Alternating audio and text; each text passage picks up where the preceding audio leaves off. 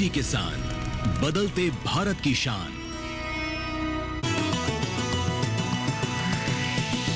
DD किसान, बदलते भारत की शान।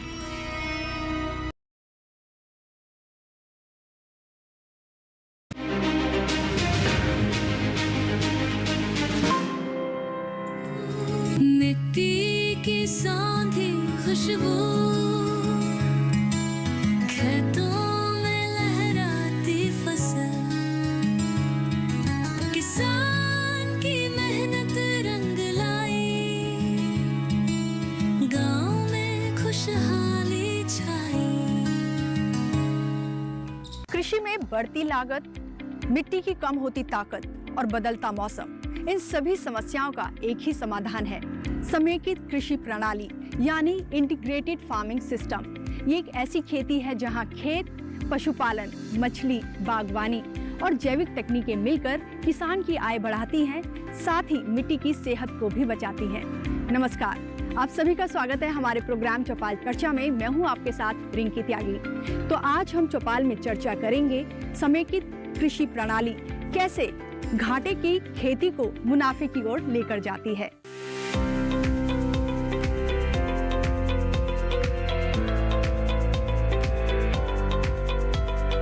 समेकित कृषि प्रणाली का अर्थ है एक ही खेत पर कई प्रकार की कृषि गतिविधियों का आपसी तालमेल। इसमें फसल उत्पादन के साथ पशुपालन, मुर्गी पालन, मछली पालन, मधुमक्खी पालन और बागवानी को जोड़ा जाता है। इससे खेती में जोखिम कम होता है और किसान की आय के स्रोत बढ़ते हैं। हमारे देश में छोटे और मझोले किसानों का प्रतिशत 85 से ज़्यादा है और इन छोटे मझोले किसानों की खेती का विखंडन भी लगातार हो रहा है। ऐसे में इनकी आजीविका और आय सुनिश्चित करना चुनौतीपूर्ण हो गया है।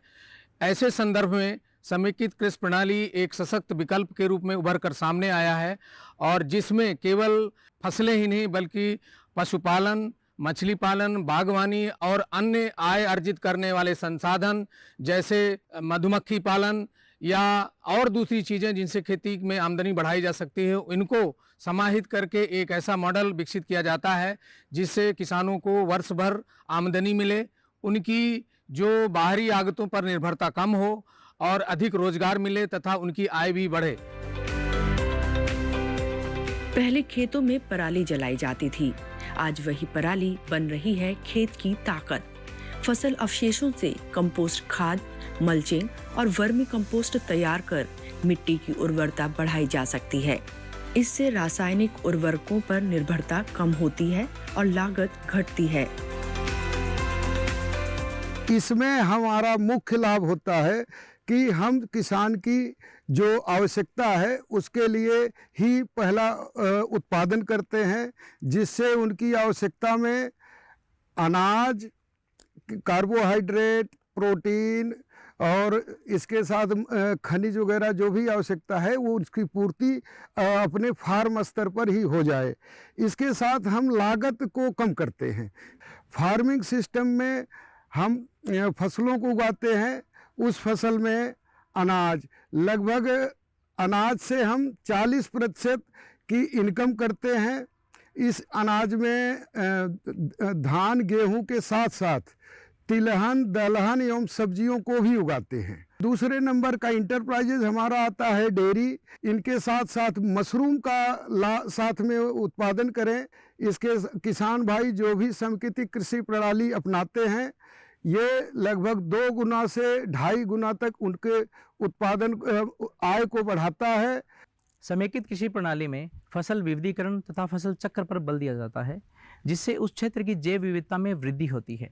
इस कारण उस क्षेत्र में रोग एवं कीटों का प्रकोप कम होता है, जिससे कि रासायनिक कीटनाशियों तथा पीड़कनाशियों का प्रयोग भी कम होता है।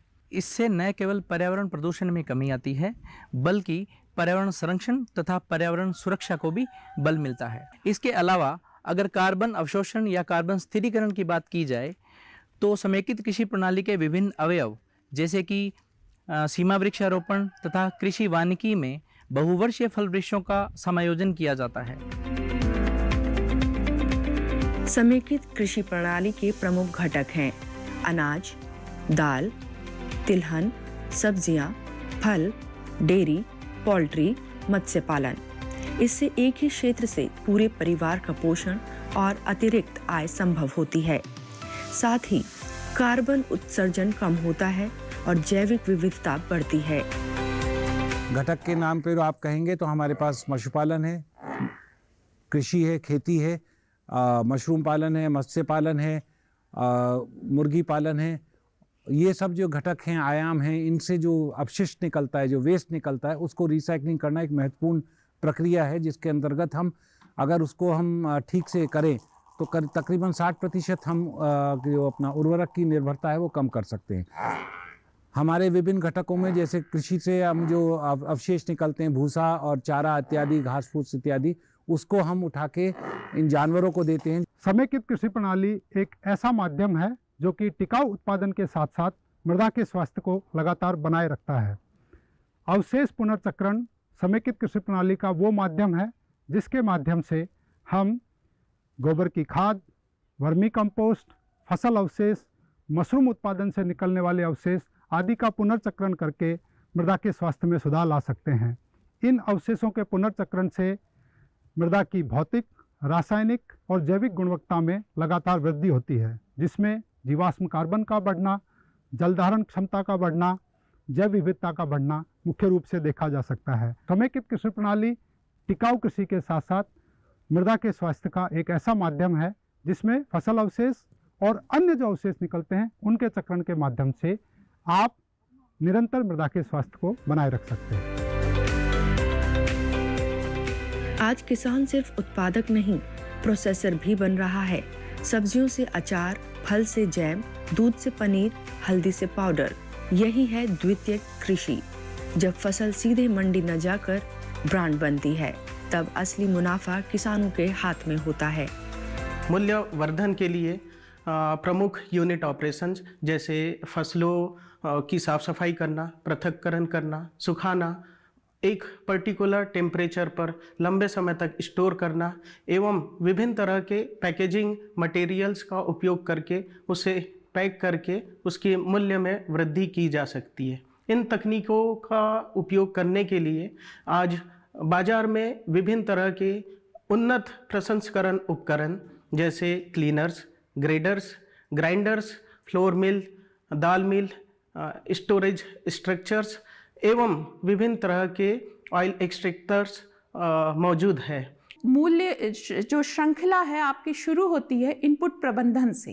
कृषि में इनपुट प्रबंधन से शुरू होती है, फिर उसके बाद उत्पादन के बाद आप भंडारण, संग्रहण, भंडारण, प्रसंस्करण, परिवहन, विपणन और उपभोक्ता से जुड़ाव, ये सभी मूल्य इसमें जुड़ते जाते हैं। जब ये सभी मूल्य जुड़ते जाएंगे तो उसी का हमने एक इतना अच्छे तरीके से हमने इसको करना है सभी श्रृंखला को कि उसका जो उपभोक्ता से मूल्य है वो किसान को बहुत अच्छे से मिल सके, उसको हमने ऑप्टिमम करना है। हमें किस तरह से फ़ायदा होगा मूल्य श्रृंखला का, जैसे कि किसान प्रसंस्करण करता है तो कच्चा उत्पाद बेचने के बजाय वह दूध से पनीर बना सकता है, फल या सब्जी को सीधा बेचने के बजाय उससे अचार, मुरब्बा या फिर जैम, जली बना के बेच सकता है, तो उससे एक अच्छी कीमत मिलती है। संरक्षण कृषि यानी कम जुताई, मल्चिंग, फसल चक्र और भूमि को ढका रखना, इससे मिट्टी में नमी बनी रहती है, कटाव नहीं होता और लंबे समय तक जमीन उपजाऊ रहती है। हम लोगों ने यहाँ एक संरक्षित खेती पर प्रयोग शुरू किया जो कि पिछले 7 वर्षों से चल रहा है। इसमें हम जो कंजर्वेशन एग्रीकल्चर टेक्निक को अडॉप्ट करके धान, गेहूँ के साथ साथ गन्ना, पेड़ी, गेहूँ की खेती कर रहे हैं, जिसमें हम ये देखते हैं कि जब हम जीरो टिलेज के द्वारा जब हम बुआई करते हैं तो इसमें देखा गया है कि हम मृदा में कार्बन की मात्रा को बढ़ाते हैं, साथ ही साथ जो हम सिंचाई में कमी लाते हैं लगभग 25 से 30%।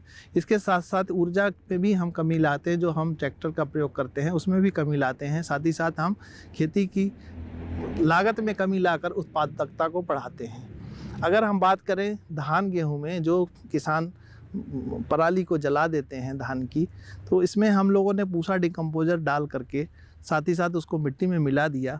और ये पिछले 4 वर्षों का अनुभव हम लोगों का ये बताता है कि मिट्टी में लगभग 20 से 25% तक कार्बन की मात्रा बढ़ती है। साथ ही साथ इसमें मृदा में पानी की उपलब्धता भी बढ़ती है, जिससे कि सिंचाई उपयोग क्षमता भी काफ़ी वृद्धि होती है।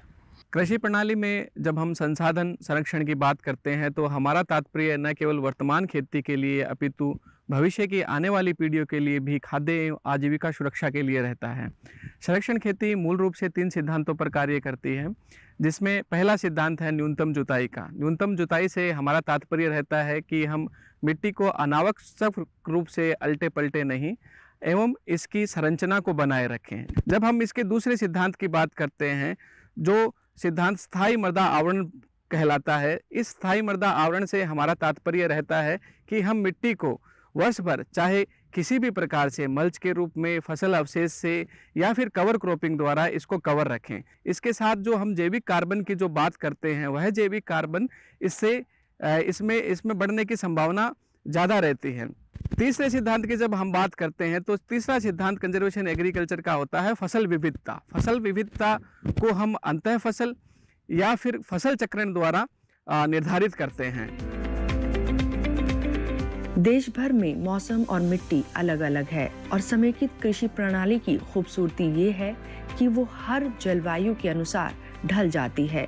शुष्क क्षेत्रों में बाजार, बकरी पालन, अनार, सब्जियां, तराई क्षेत्रों में धान, मछली, डेयरी सब्जियां, मैदानी क्षेत्रों में गेहूं, दालें, गाय, मुर्गी, बागवानी, पूर्वी उत्तर भारत में धान, बतख, मछली, सब्जी प्रणाली। जलवायु अनुसार मॉडल अपनाने से जोखिम घटता है और स्थायी आय सुनिश्चित होती है। समेकित कृषि प्रणाली को पुनर्योजी बनाना है तो हमें यह विशेष ध्यान देना होगा कि हमारी समेकित कृषि प्रणाली में जैविक एवं प्राकृतिक कृषि पद्धतियों का समावेश किया जाए, जिससे कि हमारा जो उत्पादन तंत्र के नेचुरल घटक हैं, जैसे कि हमारा भूमि तंत्र हो गया, जल तंत्र हो गया, बायोडाइवर्सिटी या जैव विविधता, जिससे कि हमें बहुत कुछ मिलता है, इसके भी स्वास्थ्य का ख्याल रखना है। तो जैविक कृषि पद्धतियां मैं उदाहरण देना चाहूँगा कि जैसे फसलों में पोषण प्रबंधन के लिए हम जैविक खादों का प्रयोग करते हैं। गोबर की खाद है, कंपोस्ट है, केंचुआ खाद है, बायो फर्टिलाइजर हैं। इसके अतिरिक्त हरी खाद है या दलहनी फसलों का समावेश है। इनके माध्यम से जब हम पौधों का पोषण प्रबंधन करते हैं तो फसलों के मुख्य और गौण पोषक तत्वों की आपूर्ति करने के साथ साथ हमारी ये जैविक खादें, कई सारे कंसोर्सिया हैं, ये सब मृदा के चाहे भौतिक स्वास्थ्य हो, रासायनिक स्वास्थ्य हो या फिर उसका बायोलॉजिकल या जैविक स्वास्थ्य हो, इसका ख्याल रखते हैं और हमारी मिट्टी आज की फसलों की पोषण की आवश्यकता को पूरी करने के साथ साथ हमारे भविष्य की पीढ़ियों के लिए भी स्वस्थ रहती है और उनकी आवश्यकताओं का भी ख्याल रखती है। हमारे भारत सरकार का लक्ष्य है कि जो जंगलों का एरिया है 33% के आसपास, उसे हम एकदम संरक्षित करके रखें। इसके अतिरिक्त जैविक और प्राकृतिक खेती के अंदर 10% एरिया हमें तुरंत लाने की आवश्यकता है। इस 10% और 33% को हम संरक्षित करें। उसके अलावा केमिकल आधारित उत्पादन तंत्र है जो, इसमें हम अच्छी कृषि पद्धतियों का समावेश करके हमारी आज की आवश्यकताओं के हिसाब से मैनेजमेंट करें और भविष्य की पीढ़ियों के आवश्यकताओं के हिसाब से भी इसका मैनेजमेंट करें, ताकि हमारा फूड उत्पादन सतत बना रहे। इसके अलावा जो तीसरी आवश्यकता है वह यह है कि हमारे जो डिग्रेडेड लैंड है, जो प्रोडक्शन सिस्टम खराब हो चुके हैं, वहाँ पर भूमि का, जल तंत्र का और बायोडाइवर्सिटी का क्षरण हो चुका है, उसको हम कैसे पुनर्स्थापित करेंगे। इन सब चीज़ों में देखा जाए तो हमारी जैविक एवं प्राकृतिक खेती पद्धतियों का बहुत ही महत्वपूर्ण योगदान है।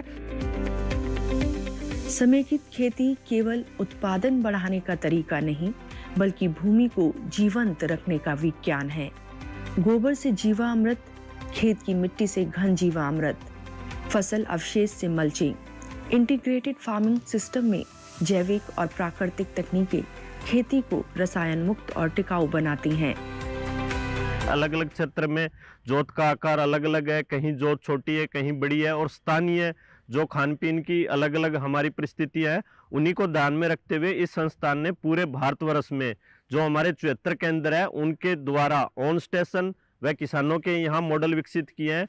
ऑन स्टेशन हमने कुल 76 मॉडल विकसित किए हैं, जिन मॉडल को पूरा हम किसान के यहाँ ले जा नहीं सकते, उसी को ध्यान में रखते हुए जो हमारे OFR है उसमें हमने 73 मॉडल है वो किसानों के यहाँ उसका सुधार किया है, जिसके अंदर हम घटक वाइज उनके अंदर वैज्ञानिक नवाचार करते हैं। जैसे फसलों के अंदर हम नवाचार करते हैं, पशुपालन में नवाचार करते हैं, जिन क्षेत्र में मुर्गी पालन है, बकरी पालन है, उसको ध्यान में रखते हुए इस तरीके के नवाचार कम करते हैं कि कम लागत।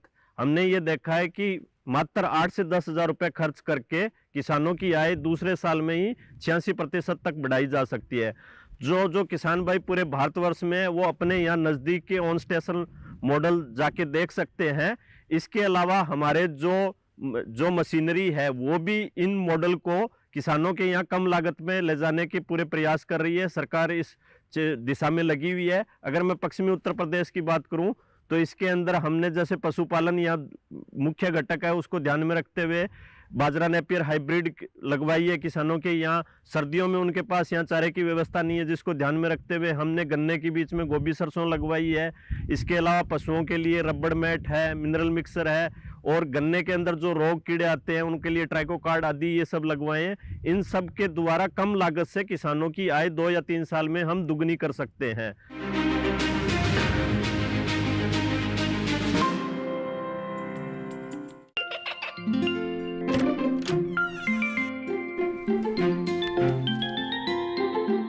ये क्या हो रहा है?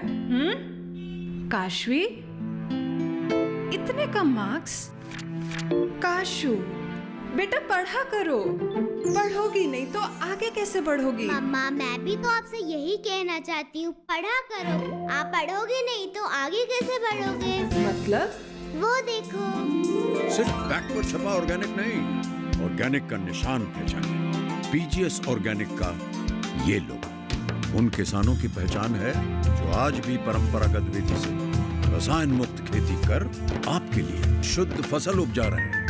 अब समझे मम्मा, अगर मैं प्योर ऑर्गेनिक फूड नहीं खाऊंगी तो अच्छे मार्क्स कहाँ से लाऊंगी? अच्छा बच्चों, जैविक खेती की इस मुहिम को आगे बढ़ाइए, शुद्ध ऑर्गेनिक अपनाइए।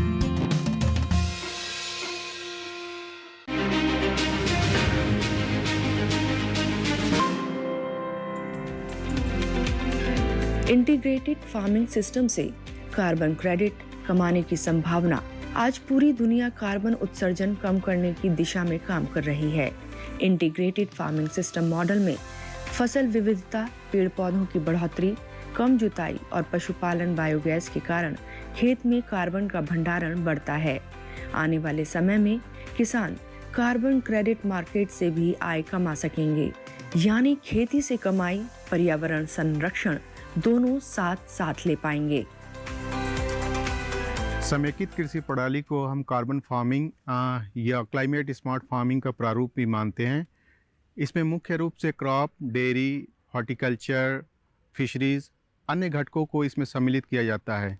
इसमें मुख्य रूप से वानिकी जो और हॉर्टिकल्चर होते हैं, इनको हम कार्बन सिक्वेस्ट्रेशन का एक बहुत बड़ा माध्यम मानते हैं, क्योंकि ये जो एटमॉस्फेरिक कार्बन डाइऑक्साइड होते हैं उसके कार्बन को ये पौधों में और मिट्टी में लॉन्ग टर्म के लिए सिक्वेस्टर कर देते हैं।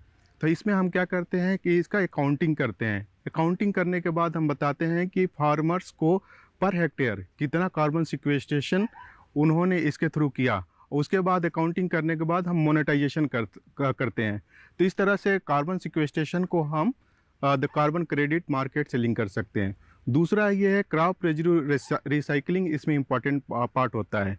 उसको बोलते हैं wealth from waste. Crop residue recycling करने के बाद हम कंपोस्ट, वर्मी कंपोस्ट बनाते हैं, फिर उसको सॉइल में डालते हैं। सॉइल में जाकर वो फिर कार्बन सिक्वेस्ट्रेशन करते हैं और लॉन्ग टर्म के लिए सस्टेन करते हैं। तो इससे क्या होता है, तकरीबन 40 to 50% जो केमिकल फर्टिलाइज़र लोड है उसको हम कम कर सकते हैं। तो उससे जो भी उत्सर्जित ग्रीन हाउस गैस इमिशंस हैं, जैसे कार्बन डाइऑक्साइड है, मीथेन है, नाइट्रस ऑक्साइड है, उसके उत्सर्जन को हम इस तरह रोक सकते हैं। तो उस तरह भी मोनेटाइज कर सकते हैं कि अगर फार्मर्स 50% केमिकल फर्टिलाइज़र लोड कम किया, उसको भी हम कैसे मोनेटाइज करें, तो उससे भी बेनिफिट हम दे सकते हैं। उसको बोलते हैं avoided emission that carbon linked credit. तीसरा इम्पॉर्टेंट चीज़ है इसमें कि जो भी ये लॉन्ग टर्म के लिए सस्टेन करता है और जो भी हमारे इसमें कंपोनेंट हैं और वो अच्छी तरह से कार्बन को सिक्वेस्टर करते हैं और इसमें मृदा की जो जीवांत है, जीवाश्म है, और ये सब मेंटेन रहता है। समेकित खेती को वैज्ञानिकों से अच्छी तरह जानने समझने के बाद अब बारी थी ये जानने की, क्या हमारे किसान वाकई समेकित खेती करके अपने मुनाफे को कई गुना कर रहे हैं? तो हम निकल पड़े मेरठ के गांव भामोरी की ओर। नमस्कार, आप सभी का स्वागत है हमारे कार्यक्रम चौपाल चर्चा में। और जैसा कि आप सभी जानते हैं कि आजकल जो इंटीग्रेटेड फार्मिंग सिस्टम है उसको किसान भाई बहन अपना रहे हैं। इसलिए अपना रहे हैं क्योंकि वो घाटे से मुनाफे की ओर खेती को लेकर जाती है। तो मैं उम्मीद करती हूँ कि आप लोग भी समेकित जो खेती है वो कर रहे हैं। तो शुरुआत करूँगी यहाँ से कि किस तरह से आप इंटीग्रेटेड फार्मिंग सिस्टम को अपना रहे हैं और किस तरह से आपने अपनी आय को बढ़ाया है। जी, ये वैदिक जैविक कृषि उद्योग के जो खेत हैं, फार्म है, जो एकीकृत कृषि प्रणाली पर आधारित हैं। तो हमने यहाँ पे कृषि में हमने मल्टी लेयर किया, जिसमें मल्टी लेयर के अंदर हमारा जो है पेड़ हैं, प्लांट्स हैं, क्लेम्बर्स हैं, क्रीपर्स हैं और यहाँ तक कि खरपतवार भी हैं, जो घास, जो औषधीय पौधे हैं वो भी। तो उन सब को हमने ले करके इसका यूटिलाइजेशन करते हुए इनके साथ में अपना डेयरी उद्योग को जोड़ा। और डेयरी उद्योग को जोड़ने के बाद में जो इनके फसल से हो चाहे डेयरी से हो, यानी कि पशु पक्षी पालन से हो, उन सब को मिला करके जो भी हमारा रॉ मटेरियल यहाँ से निकलता है, उत्पाद निकलता है, उसका प्रोसेसिंग यहाँ पे करना शुरू किया। और ना केवल मैं नहीं, जो हमारे सम्मानित किसान हैं जो प्राकृतिक खेती करते हैं, इस तरह की समेकित खेती करते हैं, एकीकृत कृषि प्रणाली अपनाते हैं, उन सब के लिए ये प्रोसेसिंग सेंटर है। पशु पाल रहे हैं जी, मछली पालन भी है, डेयरी कर रखी है। अच्छा, उनसे ज़्यादा आमदन, खेती से भी ज़्यादा आमदन है उनमें। इस जुड़ी ही खेती चाहिए हमें सब। जी बिल्कुल। हम जो है जैविक खेती के साथ साथ में पशुपालन भी करते हैं जी। पशुओं का दूध, घी, वो जो है सभी के लिए बहुत अच्छा, उसकी भी बिक्री करते हैं। और जो अपना गन्ना मुख्य फसल है, तो उसको जो है यहाँ गुड़ बनवाने के लिए सुनील भाई के प्लांट में आके और उसकी अच्छी बिक्री करके, जो नॉर्मल रेट हमारे यहाँ लगभग 60 रुपये किलो गुड़ का है, तो हमारा 100 प्लस में जैविक चला जाता है जी। तो इसका लाभ हमें बहुत अच्छा मिला है। और जैविक खेती करने से जो है कई तरह की बीमारियां पशुओं में भी नहीं आई, और जो हम जब से जो कर रहे हैं कार्य, हमें भी इसकी दिक्कतें जो है सामने नहीं आई। मैं इंटीग्रेटेड खेती के से तात्पर्य ये रखता हूँ कि जैसे कि हम पशुपालन करते हैं जिससे हमें दूध, घी, मक्खन, पनीर ये सब मिलता है। हम मधुमक्खी पालन करते हैं जिससे हमको शहद मिलता है। शहद एक बहुत अच्छा आजकल के मार्केट में ये है जिसका बहुत अच्छा आमदन हो सकती है किसान को, वो है। दूसरा, हम डेयरी के में दूसरे जो उन्नत किस्म के पशु हैं उनका वो करते हैं। और हम वर्मी कंपोस्ट जो कि हम दूसरे गमले वगैरह, पार्क वगैरह में जो शहरों में सप्लाई होता है, उसका भी एक प्लांट लगाया हुआ है वर्मी कंपोस्ट का, जो बड़ी अच्छी एक आमदन का साधन जो है किसानों के लिए उपलब्ध है। और दूसरा, हम जितने भी हॉर्टिकल्चर में चले जाते हैं, बागवानी हमने लगाए हुए हैं। हमारे पास नींबू का 350 पेड़ नींबू के लगाए हुए हैं, जिससे कि हम ऑर्गेनिक फार्मिंग में होता है, जिससे हम अचार वगैरह बनाते हैं। अचार वगैरह हमारे सप्लाई होते हैं, ठीक है जी, जिससे भी एक किसान की आमदन बढ़ाने का बहुत अच्छा स्रोत है। और हम उसके आगे चले जाते हैं, हम फल सब्जियां भी उत्पादन करते हैं, जिससे मानव के लिए एक बहुत ही लाभदायक सिद्ध हो रहा है। उनकी बीमारियां दूर हो रही हैं, कैंसर जैसे भयानक रोगों से जो है उनको मुक्ति मिल रही है, और लोग बाग आ रहे हैं ये ऑर्गेनिक फार्म पर और सब्जी खरीद करके अपना स्वास्थ्य लाभ उनको मिल रहा है। गन्ने के साथ साथ गेहूं की फसल भी उगाते हैं, जिसके अंदर बीच में जगह जो रहती है उसमें गेहूं उगाते हैं, सरसों भी उगाते हैं। साथ ही साथ हमने जैविक खाद का भी प्रोग्राम चला रखा है अपने गाँव में, और 2 साल से केला भी लगा रखा है, और कुछ पेड़ नींबू के हैं, आम के भी हैं। इससे हमारी आमदन तो दुगनी हो ही रही है। और कुछ ऐसा है, जो गोबर हमारा था तो कूड़ी पे डाल देते थे, लेकिन अब हम उस गोबर को ही किलो के हिसाब में बेच रही। खेती करता हूँ, किसान हूँ, और जो साथ में पशुपालन भी कर रखा है, और उसका दूध बेचते हैं, और थोड़ा जो है ये आमदनी है खेती के साथ साथ में। बस खेती के साथ साथ में पशु रख रखे, उनसे आमदनी है जी। खेती की तो है ही, और पशुओं की भी है। कृषि की खेती के साथ साथ दूध उत्पादन का कार्य और बागवानी का कार्य, और साथ साथ में मधुपालन का कार्य भी हो रहा है। तो ये मतलब खाली केवल एक पैसे के पर्पज ही नहीं है। ये जैविक खेती करने का मतलब है कि प्रकृति के मित्र बनना। लोगों को सेहत परोसना, कि पैसे से ज़्यादा लोगों की जो सेहत है आज के समय में, जो कैल्शियम मतलब ये जो जितना भी बीमारियां आई हुई हैं, ये सब हमारे रासायनिक खादों से उनसे ही आ रही है। तो हमें क्या है कि आज के समय में जागरूक होना है, और अगर हम एक साथ में बहुउद्देश्य तरीके से खेती को करेंगे तो पैसे के साथ साथ में हमारा समाज भी सुधरेगा, हमारी सेहत भी सुधरेगी और हमारा वातावरण भी। इंटीग्रेटेड फार्मिंग सिस्टम सिर्फ खेती नहीं, एक सोच है जो हर अवशेष को संसाधन बनाती है, हर बूंद को कीमती बनाती है और हर किसान को आत्मनिर्भरता की ओर बढ़ाती है। इसी संदेश के साथ आज की चौपाल चर्चा को देंगे यहीं विराम। अगली बार एक नए गांव और एक नए विषय पर फिर हाजिर होंगे आपके सामने। लेकिन जाने से पहले आपको बता दूं कि अगर आप हमें टीवी पर नहीं देख पाए हैं तो आप हमें यूट्यूब के माध्यम से भी देख सकते हैं। फिलहाल मुझे यानी रिंकी त्यागी को दीजिए इजाज़त। नमस्कार।